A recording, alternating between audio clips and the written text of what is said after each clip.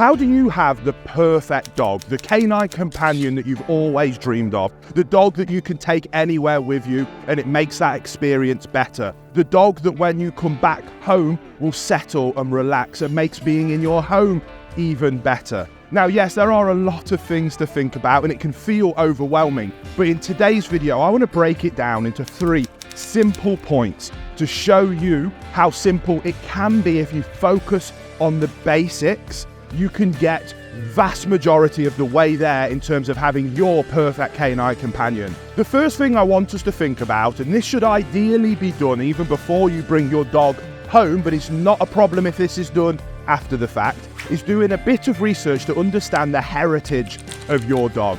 Your dog's breed, why they were bred, what they were bred for, and the more that we understand that, the more we can then understand the types of behaviours that they might display. And then we can be ready for them. We can be proactive with them. We know how to overcome them. So take a second, do some research and work out what is your breed's history, what is your breed's heritage. I'm out here in the Scottish Highlands doing exactly that. I love the Labrador breed and I want to know even more about the Labrador breed. I want to go into incredible levels of detail so I can master the art of raising and training perfect Labradors for me and my family. But it's not just about Labradors. Doesn't matter what your breed is. Work out what they were bred for and you'll understand them more, which means you'll be less confused, which means you'll be ready and able to handle the types of different behaviours that they may display. The next point I want to make sure you focus on is exercising your dog.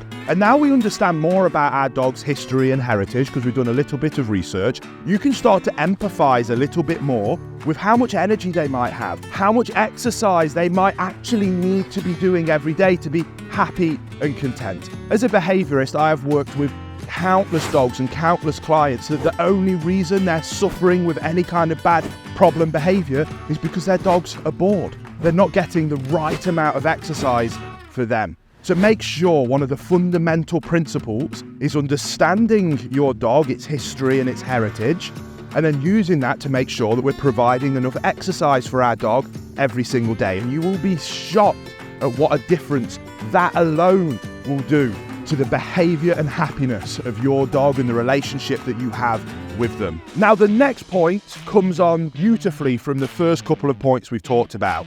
Now we know what our dog was bred to do. Now we know their kind of energy output that we have to make sure that we give to them. We also should know what our dog loves to do.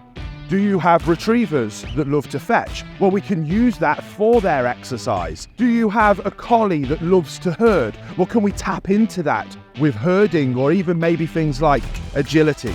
Find what your dog absolutely loves to do and utilize that, but it's not just for that exercise piece of the puzzle. I call it breed fulfillment. If your dog is doing the things that they were bred to do and that they love to do, you'll find that they'll be less anxious, they'll be less frustrated, and you won't see anywhere near the amount of problem behaviours that you might have faced otherwise. But not only that, you'll also have the benefit of being able to utilise that to your advantage. Does your dog run off when you take them out in the great outdoors? Well, if your dog loves to play fetch, only let them off lead when you're playing fetch, and they'll soon learn that being off lead means be around me because you get to do your favourite thing. Does your dog love to do obedience and trick training, but they're a bit of a nightmare in the house? Well, utilise times and places when they're frustrated in the house to do your obedience training at those points. There are countless examples of how you can utilise your dog's favourite thing to help them not just be more fulfilled, not just to have more exercise, but for you to be able to control the situation and utilise it to your advantage as a loving leader.